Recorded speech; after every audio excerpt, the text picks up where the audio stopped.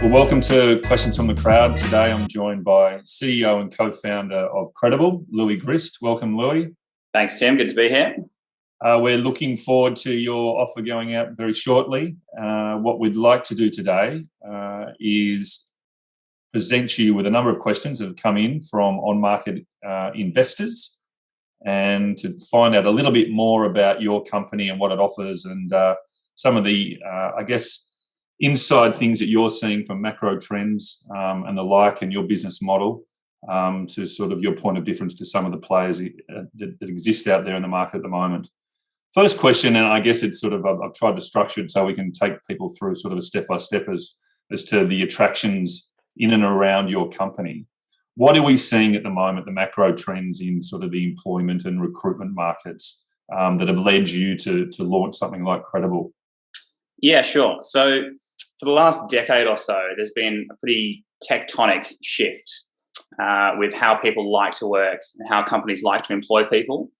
And that shift has been a massive increase in project-based work. So contracts are becoming more popular and short-term contracts getting more popular in particular, as opposed to people wanting to work for a company on a salary for 10 to 15 years, maybe swap over 2 or 3 times in their career.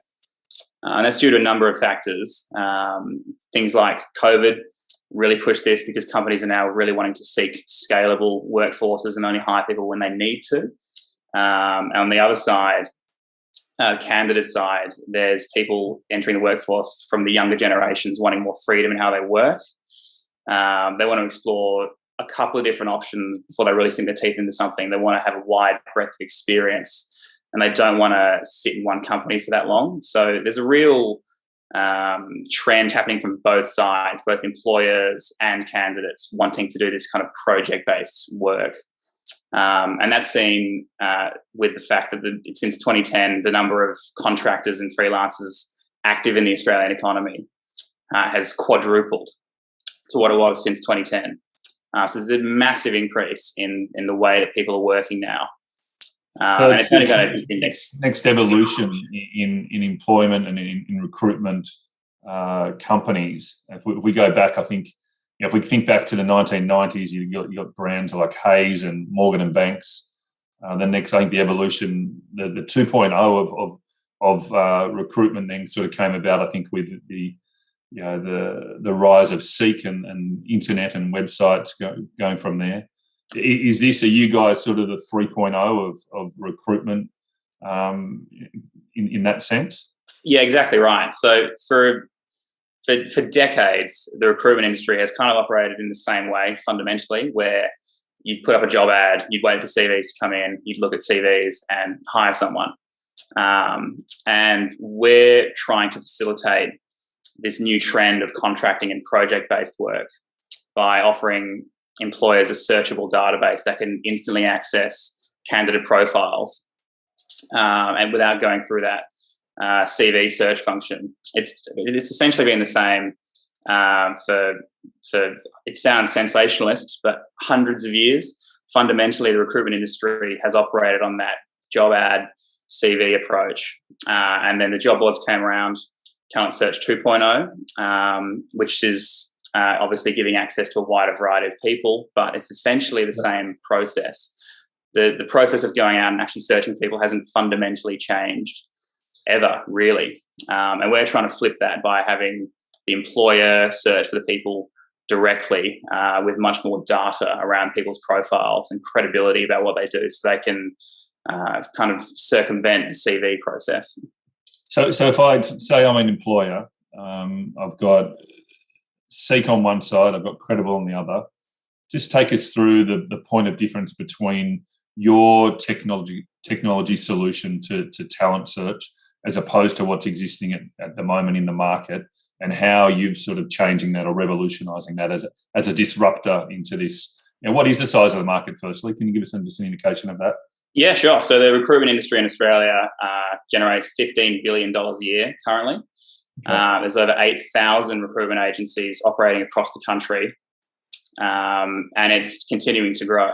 But one kind of pain point for the industry is that even though the recruitment industry is growing at this rate, the time taken to hire someone has actually doubled since 2010, Wow. which is kind of backwards. It's something that we've never really understood, and this is why I joined the recruitment industry for a few years, trying to understand why this was happening, why in today's day and age that we've got all this technology available to us, this process isn't facilitating this big trend in contracting, so much so that it's actually twice as inefficient as it was 10 years ago. But yeah, it's a massive market of spanning all industries, and the one kind of key point to focus on is that this contracting trend is most popular with white-collar professionals, freelancing in particular. Yeah. So just back to the point of difference between Kredible and someone like Seek. As an employer, just sort of run us through sort of what I would see as the employer and how that differs to what I'll be doing if I was looking to put an advertisement out on Seek for a new marketing manager, etc.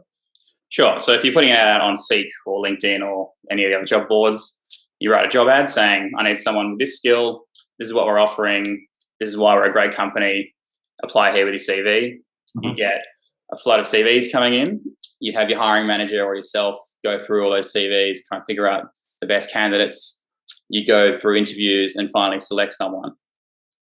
Kredible doesn't operate like a job board. It's a search function, so it's completely flipping it the other way. So instead of putting out a job ad, you would just type in, all right, I need someone with this many skills from this sort of background with an average rating of at least this in Sydney for this price.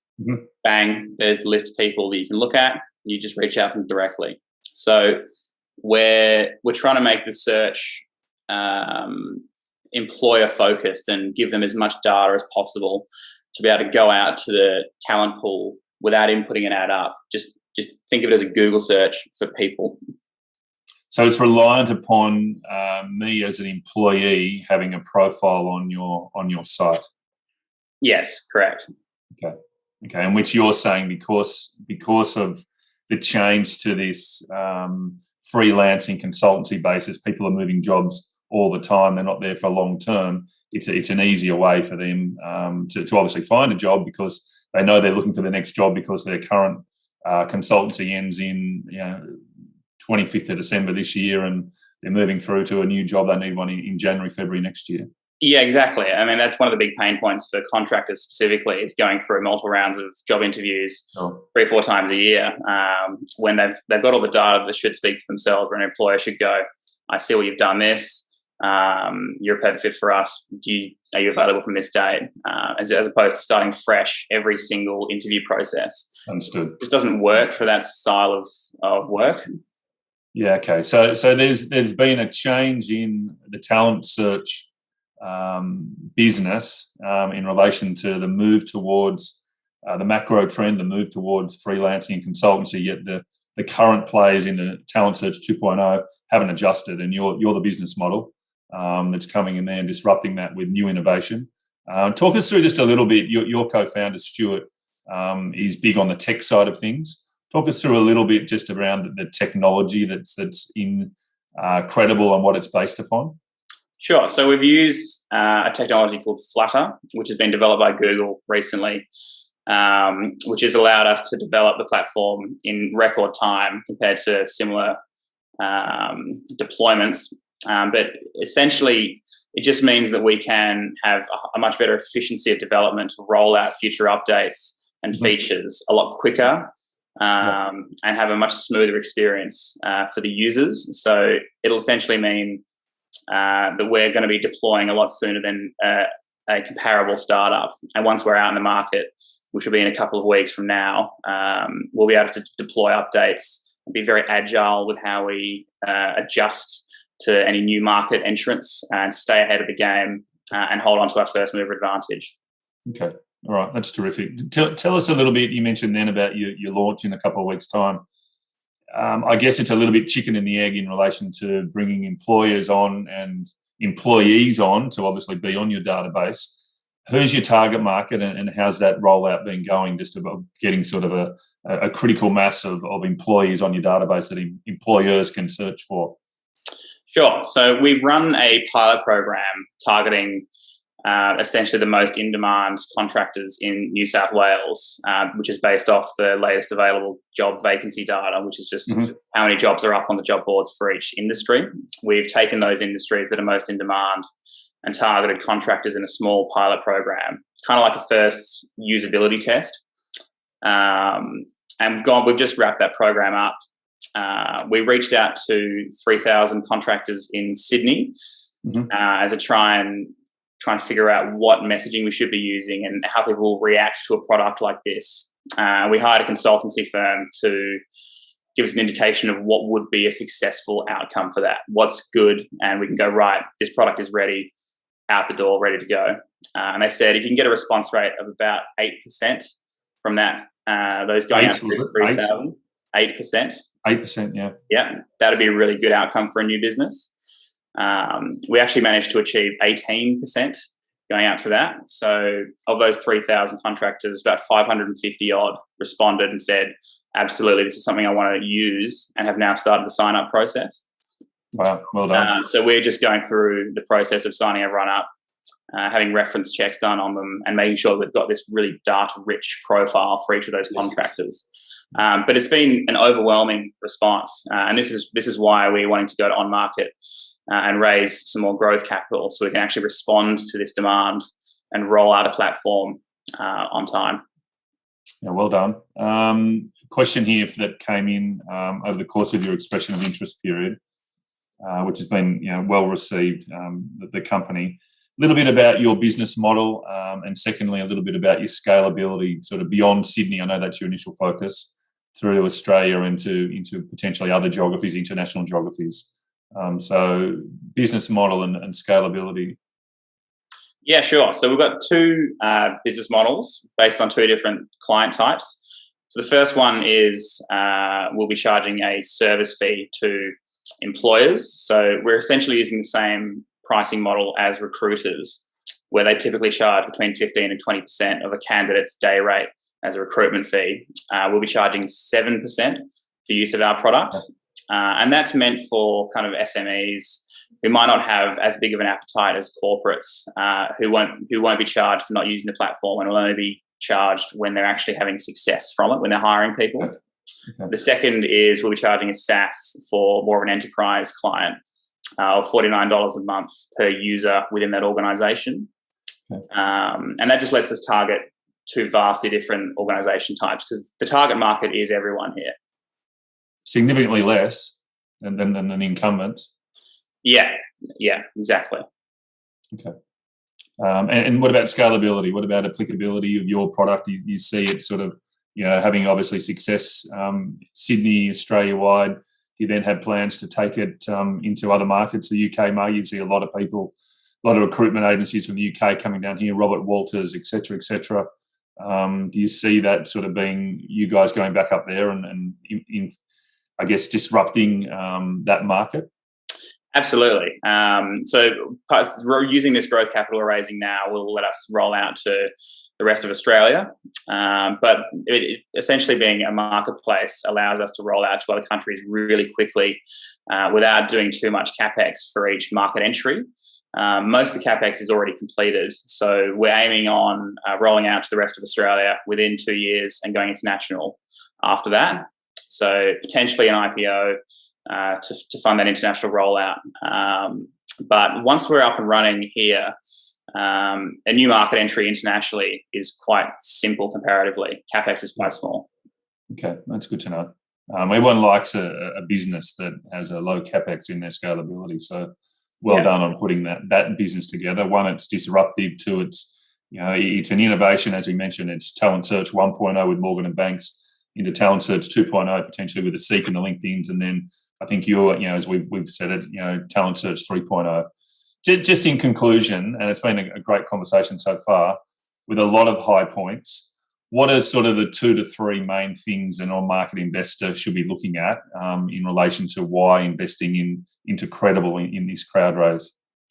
Yeah, sure. Well, the first thing is that we've done a lot of research with our experience with working in the recruitment industry, with validating this product with the people who are going to be using it.